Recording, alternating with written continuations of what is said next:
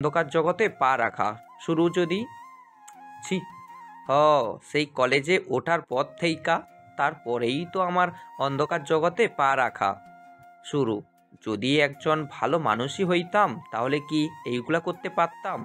তবে আপনি বিশ্বাস করেন আমরা নেশাচরে দেহি নাই কোনো দিন, খালি নাম শুনছি আর হেই আমাগো মালিক। আর এতে তার কি লাভ এইটা আমরা জানি না।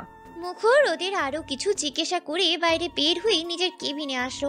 ওদেরকে প্রচুর মেরেছে মুখর, তারপরেও ওদের দেখে ওর ইচ্ছে করছিল ওদেরকে মেরেই ফেলতে। একটা ধর্ষকের বেঁচে থাকার অধিকার নেই, ওদের যাতে ফাঁসি হয় ওর সব ব্যবস্থা করেই ফেলেছে মুখর। কিছুক্ষণ পর মুখরের ল্যান্ড ফোনে একটা কল এলো। ও ফোন ধরতেই ওপাশ থেকে আওয়াজ এলো, কি ইন্সপেক্টর, কি খবর? মুখর হেসে বলল, আমি ভেবেছিলাম আপনি ফোন দেবেন। এতক্ষণে নিশ্চয়ই খবর পেয়েছেন যে আপনার ছেলে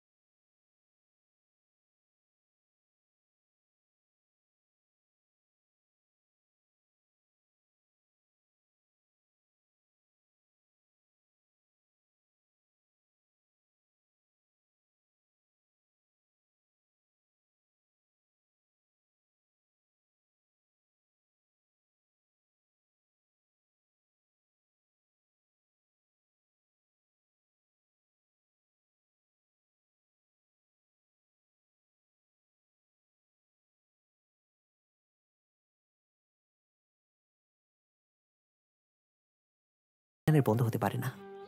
এই ইন্সপেক্টর, মুখ সামলে। আমি তো মুখ সামলেই কথা বলছি, আপনার এত জ্বলছে কেন বলুন তো?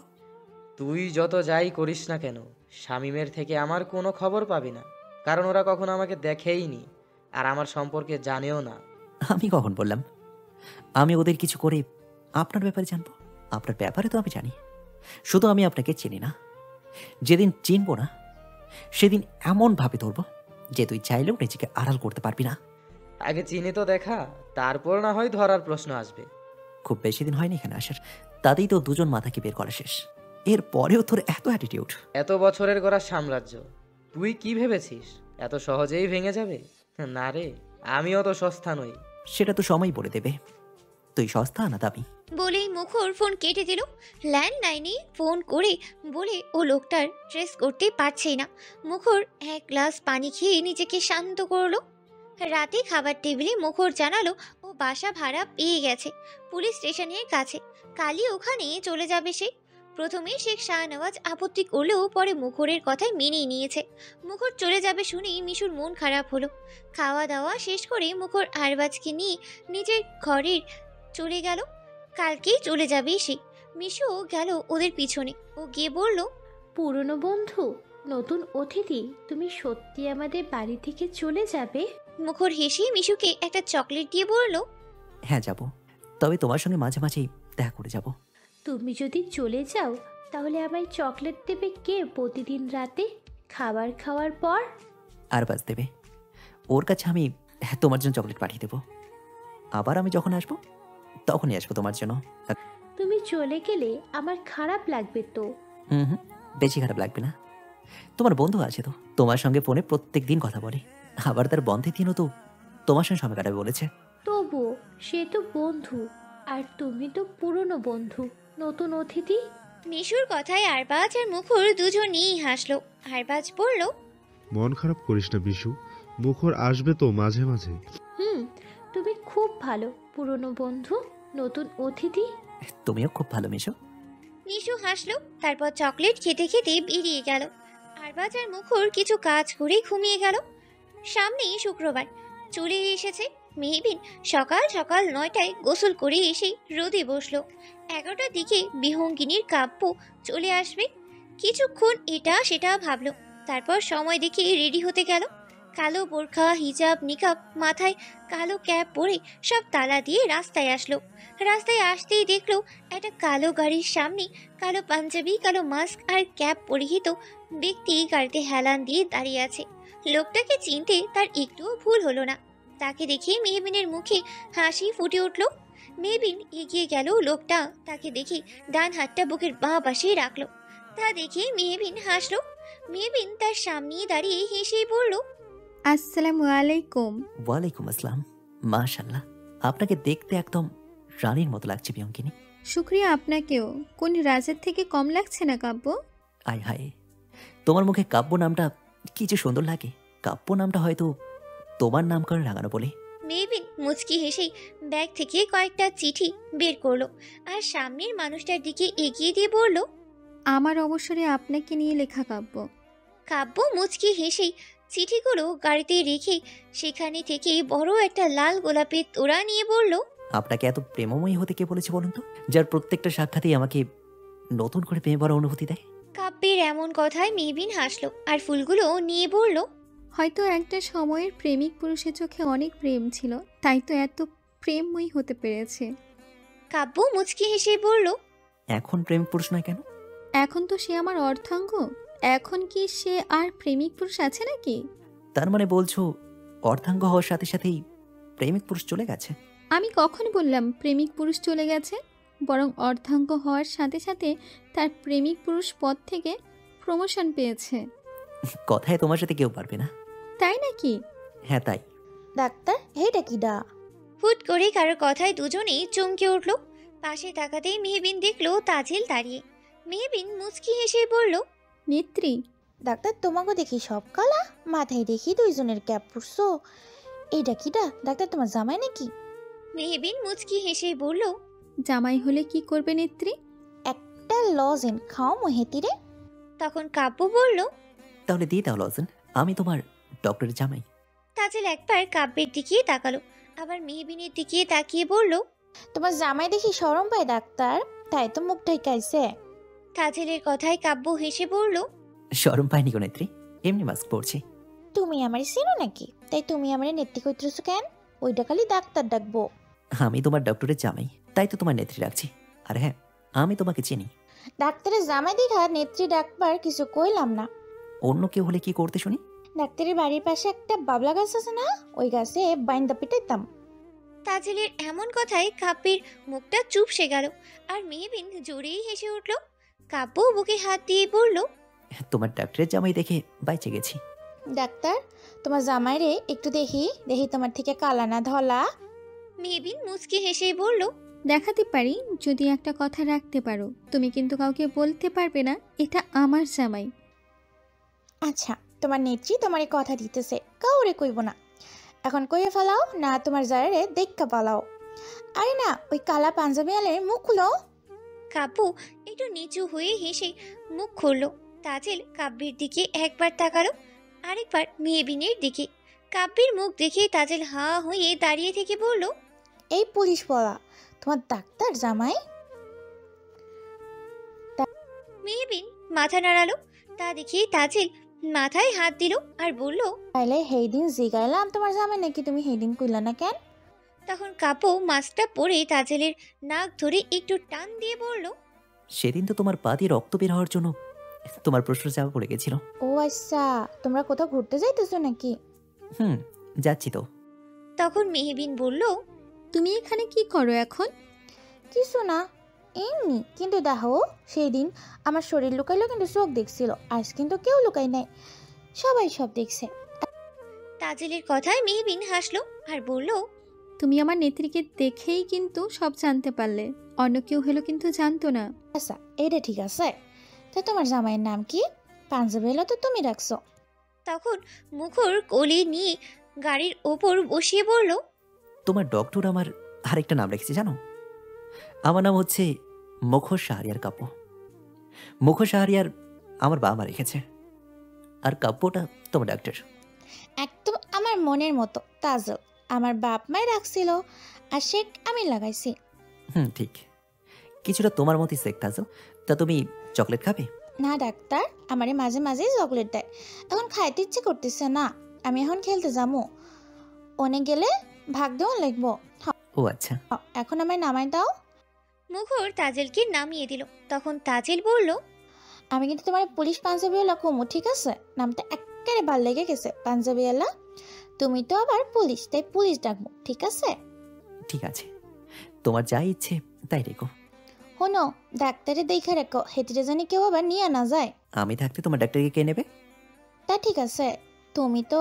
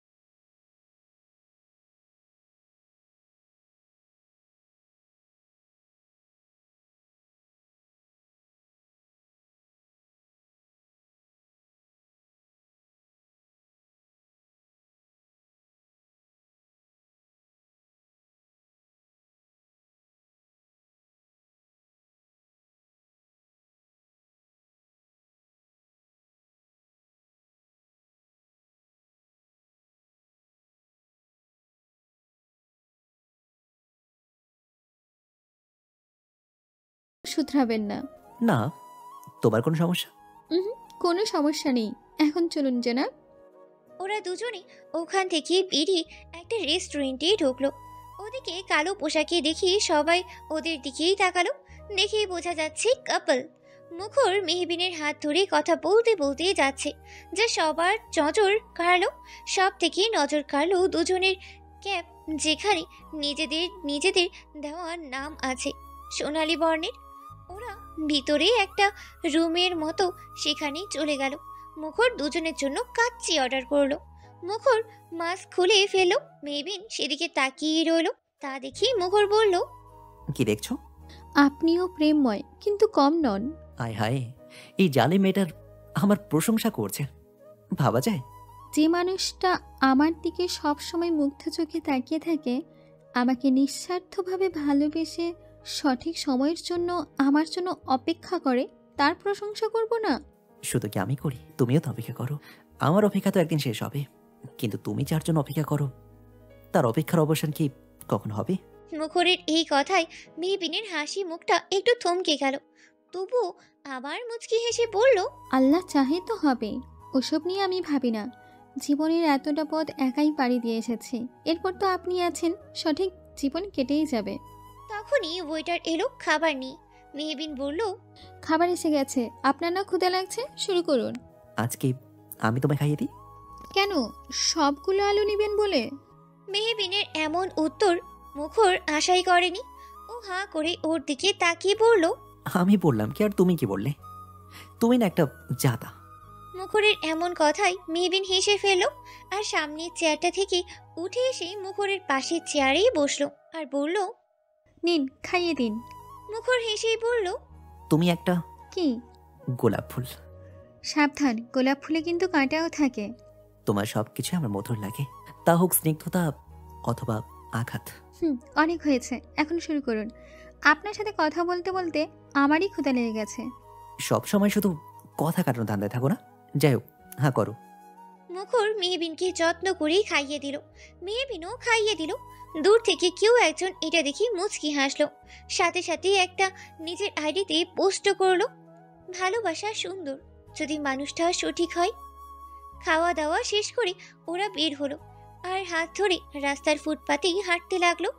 একজন ফুল বিক্রেতা আসলে মুখর একটা বেলি ফুলের মালা জড়িয়ে দিল মেহবিনের হাতে।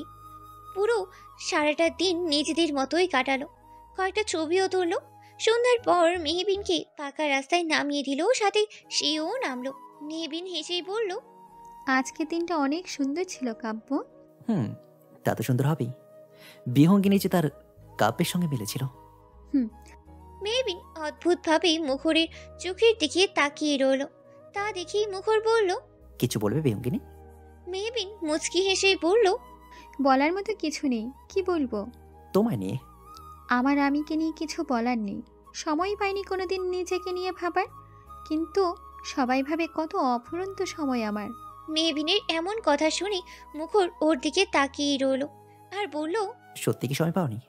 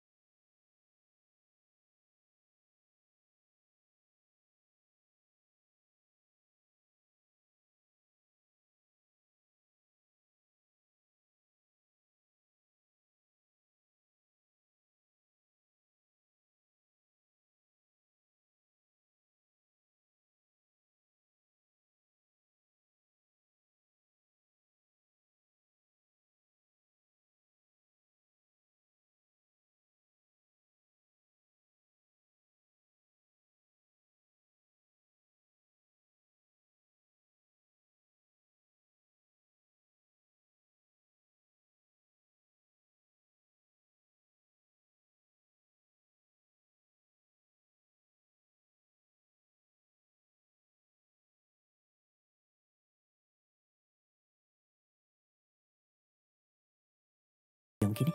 মেহবিন আবার মুখরের দিকে ঘুরে দাঁড়ালো আর মুচকি হেসে মুখরের একদম কাছে গিয়েই দাঁড়ালো। মুখর চোখে অশ্রু আর মুখে হাসি নিয়ে মেহবিনকে জড়িয়ে ধরলো আর বলল, তোমায় খুব ভালোবাসি পিয়ঙ্কিনী। আমি শেষ নিঃশ্বাস ত্যাগ করার পর্যন্ত আমি তোমার সঙ্গে থাকতে চাই। বলতে বলতেই মেহবিনের কাঁধে মুখরের 2 ফোঁটা পানি পড়ল। মেহবিন স্থির চোখে সামনের দিকে তাকিয়ে রইল।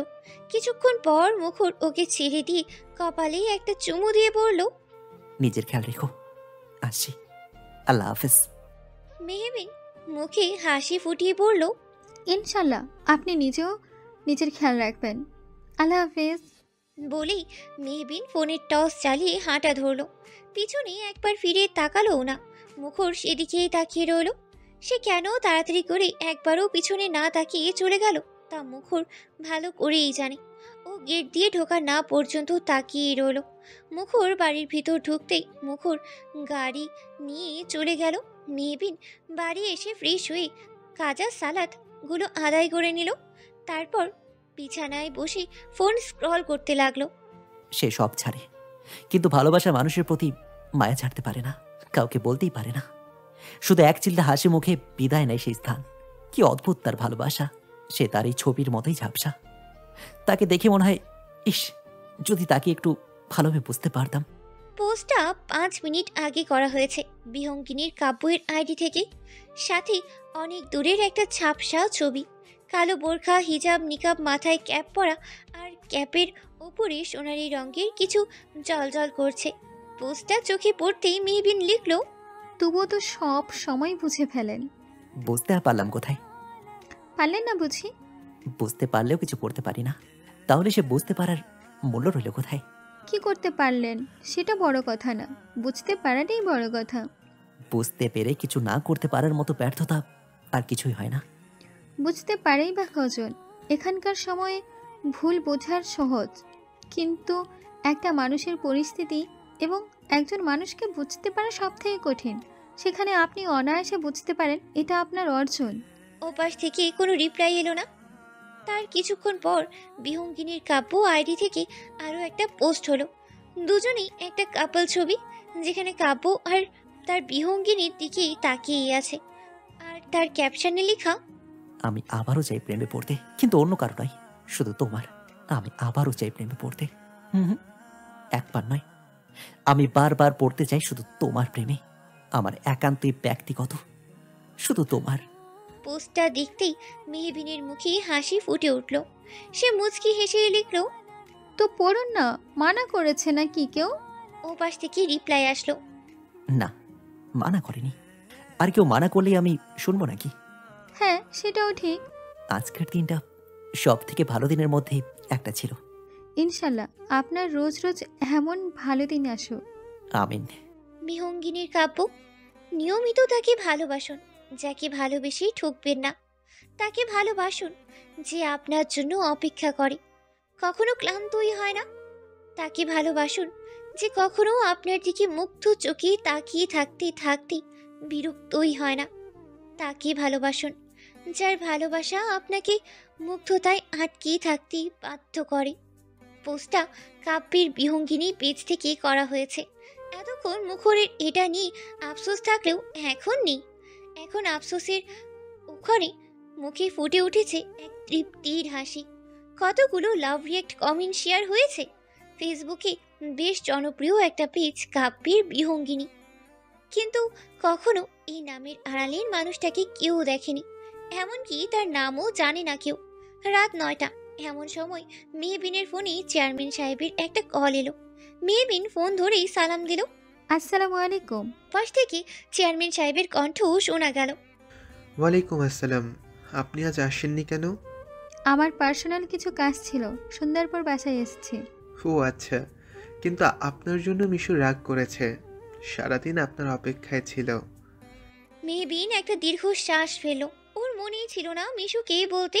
ও বলল, মিশু ওখানে আছে? হ্যাঁ, আমরা সবাই ড্রয়িং রুমে, ও সোফায় বসে আছে। সে রাতে খায়ও নি। একটু ওর কাছে যান, আমি কথা বলছি। আচ্ছা ঠিক আছে। শেখ শাহনওয়াজ মিশুর কাছে গেলেন আর বললেন, তার মানে আমার জন্য তার মুখে হাসি পড়ে না? মিশু ওর বাবার দিকে তাকিয়ে ফোনটা কানে নিয়ে বলল, কেউ যেন আমার সাথে কথা না বলতে আসে। আমি সারাদিন তার অপেক্ষায় ছিলাম, সে আসেনি কেন? মিশুর কথা শুনে মেহবিন একটু হাসলো।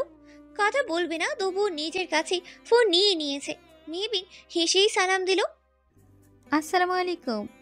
মিশুর কোনো আওয়াজ পাওয়াই গেল না, তাই মেহবিন বলল, সালামের জবাব দেওয়া ওয়াজিব।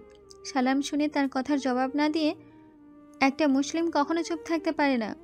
তখন মিশু বলল, ওয়ালাইকুম আসসালাম। কেমন আছো ফুল? ফুল কে? তুমি? হুম, আমি ফুল না, আমি মানুষ। বাবা বলেছে তুমি হলে ফুল। আজ থেকে আমি তোমায় ফুল বলে ডাকবো। কয়েকদিন ধরে ফুল বলে তো আমি তোমায় ডাকছি। তাতে কি, আমিও ফুল বলেই ডাকবো। আমাদের দুজনের নাম তাহলে সেম সেম হলো। হুম, আমাদের সেম সেমই না। এখন বলো, রাতে খাওনি কেন? তুমি আসোনি, তাই আমি তোমার উপর রাগ করেছি। তা কি করলে রাগ ভাঙবে? কোনো কিছু করলেই রাগ ভাঙবে না। কাল যদি আমি অনেকক্ষণ তোমার সাথে থাকি, তবুও রাগ ভাঙবে না?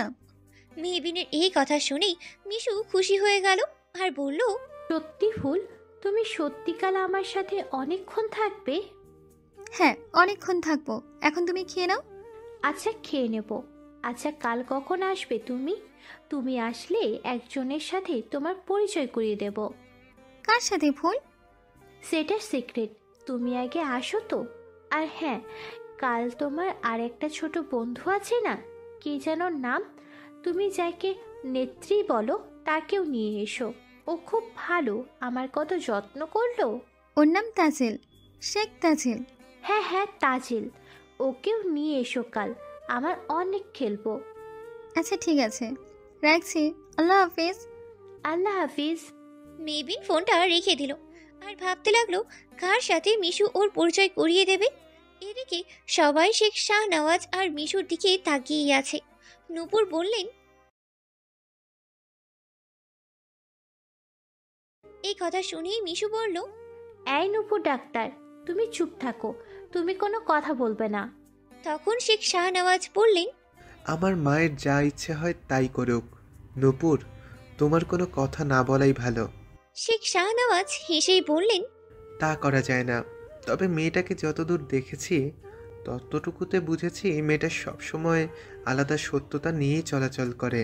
কাউকে দেখানোর জন্য সে কিছু করে না, কারণ হয়তো মেয়েটা জানে। আয়েশা রাদিয়াল্লাহু তাআলা আনহা থেকে বর্ণিত, রাসূলুল্লাহ সাল্লাল্লাহু আলাইহি সাল্লাম বলেছেন, আল্লাহ কোমল, তিনি কোমলতাকে ভালোবাসেন, আর তিনি কোমলতার প্রতি যত অনুগ্রহ করেন, কঠোরতা এবং অন্য কোনো আচরণের প্রতি তত অনুগ্রহ করেন না। মুসলিমের অপর এক বর্ণনায় রয়েছে, একদা রাসূলুল্লাহ সাল্লাল্লাহু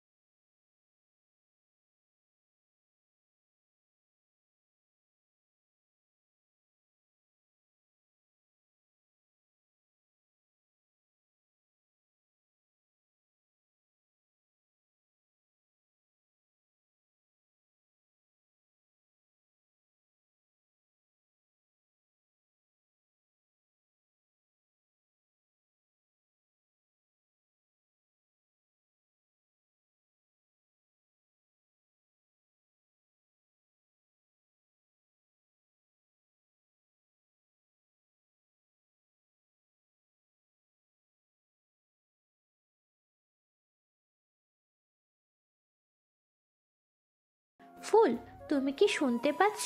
ও হলো রাইফা, আর রাইফা ও হলো আমার ফুল বন্ধু। মিশুর কথায় মেয়েটি জোরপূর্বক হেসেই পড়ল। ও আচ্ছা, তাহলেই তোমার বন্ধু আপু? হ্যাঁ, এটাই আমার বন্ধু। মেয়েটা মুচকি হেসেই বলল। আসসালামু আলাইকুম। মেহবিন বলল, ওয়ালাইকুম আসসালাম। আপনার নামটা যদি বলতেন। আপনি আপুর বন্ধু, আমি তো আর আপনাকে সেই হিসেবে বন্ধু বলতে পারি না। এবার মেহবিন মুচকি হেসেই বলল, আমি ডক্টর মেহবিন। ডক্টর মেহবিন? জি। আর ও হলো তাজেল, আমার বন্ধু। তখন তাজিল সালাম দিল রাইফাকে। রাইফাও এর জবাব দিল। মেহবিন মিশুকে বলল, ফুল, উনি তোমার কে হয়? কাকার ছেলে সাদিয়া আছে না, ওর বউ। ও আচ্ছা। তাজিল চলো, আমরা আজ অনেক খেলবো। ফুল, তুমিও চলো। তখন পাশ থেকে সাইদ বলল, মিশু আপু, আমার সাথে তোমার বন্ধুর পরিচয় করিয়ে দেবে না? তোর সাথে কেন পরিচয় করিয়ে দেব? তোরে আমার ভালোই লাগে না। তুই কি রাইফার মতো ভালো নাকি? আরে আপু, তুমিও না সবসময় শুধু আমায় ভুল বোঝাও। By the way, doctor Mehbin, আমি ডক্টর সাইদ। মেহবিন বলল, আপনিও ডক্টর? আমিও ডক্টর। এই তো 6 মাসের জন্য একটা রিসার্চ করতে গিয়েছিলাম বিদেশ। রাইফাকেও সাথে নিয়েছিলাম, কালকেই ফিরেছি আমরা। মেহবিন রাইফার দিকে একবার তাকিয়ে আবার সাহিদের দিকে তাকিয়ে বলল, ও আচ্ছা, ফুল চলো আমরা যাই। মেহবিন তাজিলের হাত ধরে মিশুর সাথে গেল। তাজিল মেহবিনকে ফিস ফিস করেই বলল, ডাক্তার, তোমার সাথে আসা উচিত হয় নাই আমার। কেন, কি হয়েছে? এই চেয়ারম্যানের বাড়ি হলে কেমনে সায়ার হয়েছে আমার পালে। আর আইসার পর থেকে একটা না কথাও কইতে পারলাম না। আমার কেমন জানি দম বন্ধ লাগতেছে। আরে কিছুই হবে না, এখন তো আমরা মিশুর ঘরেই থাকবো। এরপর থেকে আমার আর আনবা না। আচ্ছা ঠিক আছে, এখন চলো। মেহবিন মিশুর ঘরে চলে গেল। তখন চেয়ারম্যান সাহেব বললেন, আরিফা, ওদের রুমে হালকা নাস্তা পাঠাও। মনে তো হয় না মেয়েটা খাবে। আজ পর্যন্ত কতবার আসা যাওয়া হয়েছে, কিন্তু মেয়েটা কিছু খায়নি। তো কি হয়েছে? আজ তো একটা ছোট মেয়েও আছে। কে খেলো না খেলো তা দেখে আমাদের কোনো কাজ নেই। আমাদের কাজ অতিথিদের আপ্যায়ন করা, তাই করবে। ওই মেয়েটার সাথে যে মেয়েটা এসেছে সে কে? শেখ শাহনওয়াজ তাজিলের বাবার নাম বলতেই আরিফা জামান বললেন, ও যার বউ পালিয়ে গেছে মেয়েটাকে রেখে, আর সেও একজনকে বিয়ে করে নিয়েছে। ওই মেয়ের সাথে এই ডাক্তারের কিভাবে পরিচয় হলো? আর এইরকম মেয়েকে আমাদের বাড়িতেই বা কেন নিয়ে এসেছেন? তখন পেছন থেকে আওয়াজ আসলো, কারণ আপনাদের বাড়ির মেয়ে নিয়ে আসতে বলেছে বলে তাই সে এখানে। আর তার সাথে আমার পরিচয় হয়েছে এই জন্যই যে তার পরিচয় সর্বপ্রথম সে একজন মানুষ, তাই। সবাই তাকাতেই দেখলো বুকে হাত বেঁধে মেহবিন দাঁড়িয়ে। ওকে দেখেই আরিফা জামান একটু ভরকে গেল আর বলল, আমি সেরকম কিছুই বুঝতে চাইনি।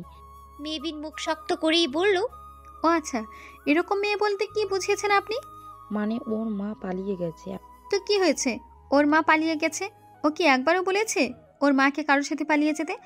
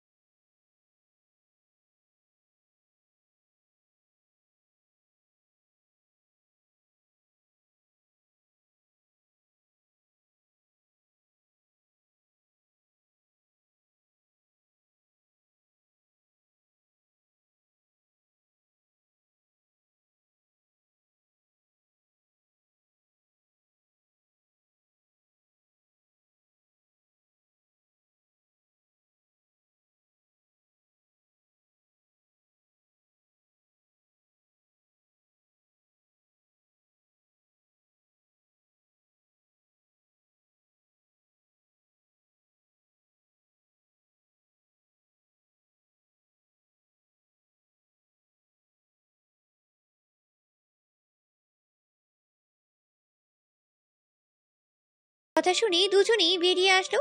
মিশু রাইফাকে দেখে বলল, রাইফা, তুমি এখানে আসো, তুমিও বসো। না আপু, আমার কাজ আছে, আমি গেলাম। আরে বসোই না, কোনো কাজ নেই। মিশু চোরাচুরিতে রাইফায় বসলো। মেহবিন তাজেলকে নিয়ে এক পাশেই বসলো। কিছুক্ষণ গল্প করলো। মেহবিন একটা কথাও বলল না। মিশু তাজেলকে নিয়ে নাস্তা খেলো, কিন্তু মেহবিন এক গ্লাস পানিও খেলো না। কিছুক্ষণ পর মেহবিন মিশুর থেকে বিদায় নিয়ে চলে গেল। এত তাড়াতাড়ি যাওয়ার জন্য মিশু কিছুই বলল না, কারণ সে আজ ভীষণ খুশি।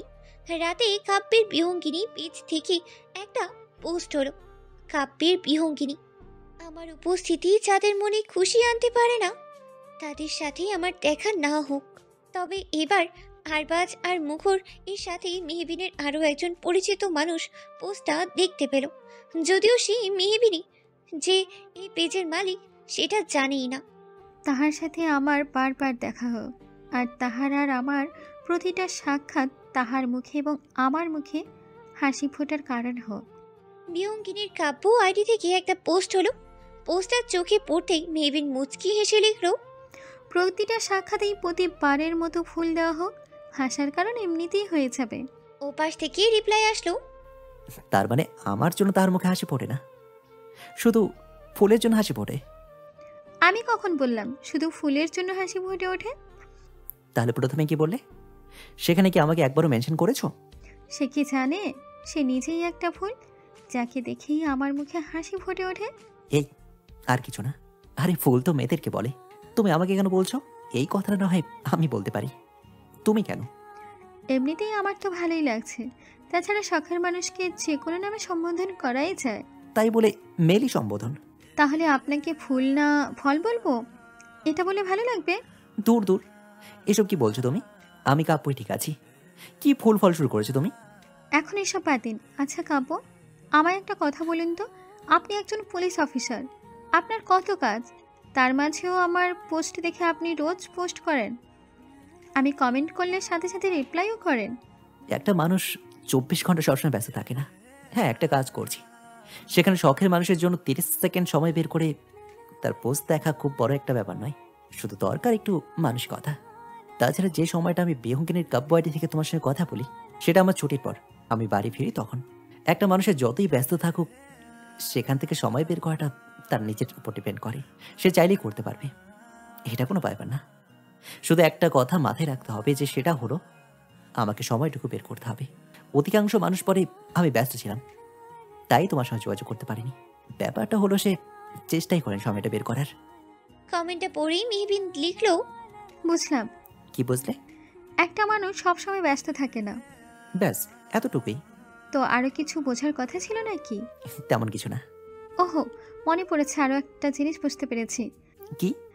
এটাই যে মানুষদের শখের মানুষের জন্য ব্যস্ততার মাঝেও সময় বের করতে পারে। এই কথাটা আগে বললেই হতো। আগে বললে কি হতো? কিছু না। আচ্ছা। মেয়ে, তুমি এমন কেন? কেমন? অদ্ভুত, রহস্যময়ী। আচ্ছা। দেখতে দেখতে এভাবেই কেটে গেল 3টা মাস। এখন গ্রামের সবাই মেহবিনকে বেশ ভালোভাবেই চেনে। মেহবিন যতটুকু পারে ততটুকু সবাইকেই সাহায্য করে, এমনকি তাদের কিছু বিষয়ে মেহবিনের কাছে পরামর্শও নিতে আসে। মেহবিনের সময়টা বেশ ভালোই কেটেছে নেত্রী গ্রামের মানুষজনদের নিয়ে। সে প্রতি শুক্র শনি মিশুর সাথে দেখা করত, মাঝে মাঝে মুকুরের সাথেও ঘুরতে যেত একটু। মেহবিনকেও শেখ শাহনওয়াজ পরিবারের একজন করিয়ে নিয়েছে। এতে অবশ্য কিছু মানুষের অবজেকশন ছিল। মেহবিনের তাদের ব্যাপারে কিচ্ছু যায় আসে না। 2 দিন ধরে মেহবিনের জ্বর এসেছে। তাজিল দিনের বেলা মেহবিনের কাছেই থাকে, রাত প্রায় 10টা। এখন জ্বর অনেকটাই কম, কিন্তু শরীরটা বেশ দুর্বল। ও একা একাই শুয়েই আছে। এমন সময় মুখরের কল এলো। এত রাতে কল করেছে, একটু চিন্তিতই হলো। আর ফোন ধরলো। ও ধরতেই কিছু শুনতেই পেল না। বুঝতে পারলো মুখরকে কেউ তাড়া করেছে, কিন্তু মুখরের আওয়াজ পেল না। ও ফোন কেটে মুখরের ফোন ট্রেস করার চেষ্টা করলো। ও দেখতে পেল এখন মুখরের লোকেশন ওর বাড়ি থেকে আধা কিলোমিটার দূরে। ও বের হবে, বারান্দায় এসে তালা খোলো। বের হবে নাকি ভাবতে ভাবতেই কেউ ওর বাড়ির গেট দিয়ে ঢুকে পড়লো। ও লোকটাকে কিছু করবে তার আগেই ওর রক্তাক্ত অবস্থায় মুখরকে দেখতে পেল। ও তাড়াতাড়ি করে মুখরকে ধরে নিজের ঘরে নিয়ে গেল। ঘরে নিতেই মুখর ব্যালেন্স রাখতে না পেরে উড়ে গেল। হাত মাথা দিয়ে রক্ত পড়ছে। মেহবিন এই অবস্থা দেখে আটকে উঠলেও প্রথমে বারান্দার কেচি গেটে তালা মারল, ঘরের দরজায় পর্দা টেনে দিল, মুখরকে ধরে বিছানায় শুইয়ে দিল। মুখর অসহায় মুখে মেহবিনের দিকে তাকিয়ে রইল। ও শরীরে অবশিষ্ট শক্তি নেই বোধহয়। মেহবিন গরম পানি বসিয়ে মুখরের রক্ত পরিষ্কার করতে লাগলো। হাতে একটা গুলি লেগেছে, তা প্রমাণে প্রথমে খেয়াল না করলেও পরে করেছে। বাসায় সব কিছুই রাখে মেহবিন, আজও ব্যতিক্রম নয়। কিন্তু সমস্যাটা হলো মুখরকে নিয়ে যদি ও ব্যথায় চিৎকার করে দেয় তাহলে সবাই জেনে যাবে এই বাড়িতে মেহবিনের সাথে পুরুষ মানুষ আছে। মেহবিন বলল, আপনার তো গুলি লেগেছে, এটাকে এখনই বের করতে হবে। মুখর অসহায় স্বরে ভাঙ্গা ভাঙ্গা গলায় বলল, সমস্যা নেই, তুমি বের করো। আপাতত ব্যথাটা সহ্য করতে পারবেন তো? পারবো। বিছানায় মেহবিনের একটা ওড়না ছিল, ওটা দিয়ে মুখরের নিজের মুখে যতটা ঢুকানো সম্ভব ঢুকিয়ে নিল আর কামড় দিয়ে ধরিয়ে রাখলো। মেহবিনের আজকে নিজেকে অনেক অসহায় লাগছে। এর আগে বোধহয় ও এতটা অসহায় বোধ করেইনি। মেহবিন আস্তে আস্তে ধীরে বুলেটটা বের করতে লাগলো যাতে মুখরের কম ব্যথা লাগে। বুলেটটা বের করার সময় যেন মেহবিনের নিজের জান বের হচ্ছিল। মুখর ছটফট করছিল, তবু একটা শব্দ বাইরে যেতে দেয়নি। কাপড়টা শক্ত করে কামড়ে ধরে রেখেছিল। মেহবিন হাতের ব্যান্ডেজ শেষ করে মাথায় ব্যান্ডেজ করে দিল। তারপর রান্নাঘরে গিয়ে স্যুপ বানিয়ে নিয়ে আসলো। মেহবিন যত্ন সহকারে মুখরকে খাইয়ে দিল, ওষুধও খাইয়ে দিল। এখন মুখরের বেশ ভালোই লাগছে। ও একটু ফ্রেশ হওয়া প্রয়োজন, এখন তো উঠতে পারবেই না। তাছাড়া বাইরে বের হও টাফ। বারান্দায় বাথরুম। মেহবিন এত ঝামেলা না নিয়ে বালতিটি নিয়ে পানি নিয়ে এলো। তারপর শার্টে হাত দিতেই মুখর বলল, কি করছো? দেখতেই তো পাচ্ছেন শার্ট খুলছি। আস্তা গাফিরুল্লাহ, নাউজুবিল্লাহি। কি বলো তুমি? শার্ট কেন খুলছো? আপনার কি মনে হয় এই অবস্থায় আপনার শার্ট খুলে আমি কি করব? কি করবে মানে? আমার ইজ্জতও তো হরণ করতে পারো। সিরিয়াসলি কাব্য, আপনার এই বাচ্চামো দেখে আমার ভীষণ রাগ লাগছে এখন। আপনি কি সারা রাত এই রক্তমাখা ময়লা শার্ট পরেই থাকবেন? তো কি করব? তোমার সামনে খালি গিয়ে থাকবো নাকি? আমার লজ্জা করবে না? আপনার লজ্জা লাগবে না? নিচে তো সান্ডু গেঞ্জি আছে, তাই না?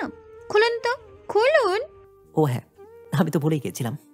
মেহবিন মুখরের শার্ট খুলে দিল আর গামছা দিয়ে শরীর মুছিয়ে দিল আর পিছনের বারান্দায় গিয়ে ভালো করে পা ধুইয়ে নিল।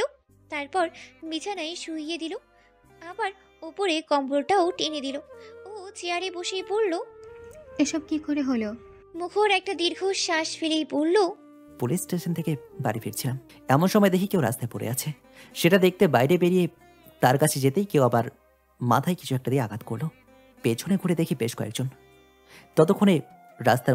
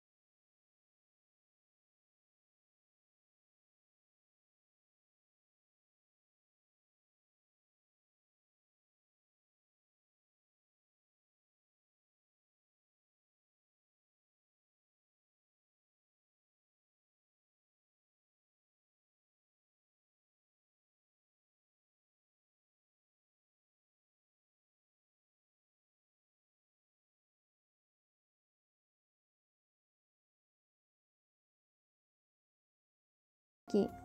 আর কিছু বলবেন? না, এতটুকু বলার জন্য এসেছিলাম। ও আচ্ছা। তাহলে আমি আসছি, সাবধানে থাকবেন। আল্লাহ হাফেজ। আল্লাহ হাফিজ। শেখ শাহনওয়াজ চলে গেলেন। মেহবিন হাফ ছেড়েই বাঁচল। ও ওয়াশরুমে চলে গেল। তখন আমাদের নেত্রী এলো হাতে খাবার নিয়ে। বারান্দা খোলা দেখে সোজা মেহবিনের রুমে গেল। ও ভিতরে গিয়ে দেখলো কেউ কম্বল মুড়ি দিয়ে শুয়ে আছে। ও ভাবলো হয়তো মেহবিনই, তাই কম্বলটার মাথার দিক থেকে একটু সরিয়ে ঠিক দেবে ভাবে কম্বল সরালো। মেহবিনের জায়গায় মুখরকে দেখে ও আল্লাহ বলে উঠল। মুখর নড়ে চড়ে উঠল। তা দেখে তাজেল তাড়াতাড়ি করে নিজের মুখ চেপে ধরলো। ও আবারও উকি দিয়ে দেখলো যে মুখর না, মেহবিন ওখানে। ভালো করে চোখ ডোক টোলে আবারও দেখলো না, এবারও মুখরই। ও বলে উঠল, ডাক্তার, রাতের মধ্যে পুলিশ পাঞ্জাবিওয়ালা হয়ে গেছে। আল্লাহ, কি হয়েছে? এটা কেমনে হইলো? কালকে সন্ধ্যায় আগেই তো ডাক্তারে দেখে গেলাম, এখন পুলিশ পাঞ্জাবিওয়ালা কেমনে হইলো? তখনই মেহবিন এলো। ও দরজার দিকে তাকাতেই দেখলো মেহবিন। মেহবিন ওকে দেখে ওর দিকে এগিয়ে এসে বলল, নেত্রী। মেহবিনকে দেখেই তাজেল দাঁত কেলিয়ে বলল, ও আল্লাহ, ডাক্তার তাইলে তুমি ঠিকই আছো, পুলিশ পাঞ্জাবি হও নাই? তাজেলের কথায় মেহবিন ভ্রু কুচকে তাকিয়ে বলল, মানে হলো আমি তো আয়সা ভাবছিলাম কম্বলের তলে তুমি আসো, তাই কম্বল সরাইছিলাম, পরে দেখি পুলিশ পাঞ্জাবিওয়ালা। আমি তো ভাবছি তুমি রাইতে বদলে গেছো। তাজেলের কথায় মেহবিন হাসলো আর বলল, তাই নাকি? তা আমি বদলে গেলে তুমি কি করতে? তখন তুমি পোলা হইতো আর আমি তোমার বিয়ে করতাম। তাজেলের বিয়ে করার কথা শুনে মেহবিন আরো জোরে হেসে উঠল আর বলল, হ্যাঁ নেত্রী, আমিও ছেলে হলে তোমায় বিয়ে করতাম। এত সুইট আর কিউট বউ থাকতো আমার। তখন শোনা গেল, তুমি ছেলে হলে আমিও মেয়ে হতাম, আর তোমায় বিয়ে করে নেত্রীর সতীনও হতাম। আমিও নেত্রীর মতো সুইট আর কিউট সতীন পেতাম। মুখরের এমন কথায় মেহবিন আর তাজেলের মুখরের দিকেই তাকালো। মুখর কম্বল থেকে মাথা বের করেই কথাটা বলল। মুখরের এমন কথায় তাজেল বলল, ডাক্তারে তো আমি বিয়ে করতেই দিতাম না, তোমারে আবার বিয়ে করতো কখন? আর তুমি সতীন হইতো কখন? আমার মতো একজন কিউট মানুষকে তুমি সতীন বানাতে না? না, বানাইতাম না। তাছাড়া দুই বউ মেলা পাজি হয়, আমার সৎ মায়ের মতো। তাজেলের কথায় মেহবিন প্রসঙ্গ বদলে বলল, হ্যাঁ হ্যাঁ, অনেক হয়েছে। এখানে কারো বদল হচ্ছে না, আর কেউ কাউকে সতীন বানাচ্ছে না।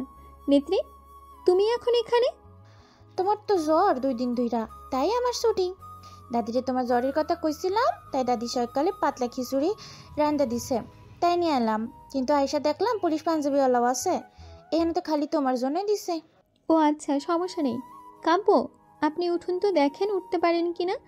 আমি বালতিতে পানি নিয়ে আসছি, ঘর থেকেই হাত মুখ ধুতে হবে। তখন মুখর বলল, আমার ওয়াশরুমে যাওয়া দরকার ছিল। এই কথা শুনি মেহবিন একটু চিন্তায় পড়ে গেল। বারান্দা দিয়ে ওয়াশরুমে যেতে হবে, যদি কেউ দেখে নেয়। এই মুহূর্তে কাউকে জানাতে চাচ্ছেই না সে তাদের ব্যাপারটা। মেহবিন একটা বুদ্ধি বের করলো। একটা শাল এনে মুখরকে দাঁড় করিয়ে ঢেকে দিল। তারপর জিজ্ঞেস করলো একা যেতে পারবে কিনা। ও বলল পারবে। তাই শালটা দিয়েই নিজেকে আড়াল করে চলে গেল ওয়াশরুমে। মুখর যেতেই তাজেল বলল, হেঁটে আইলো কখন? আর হেঁটেই মনে হয়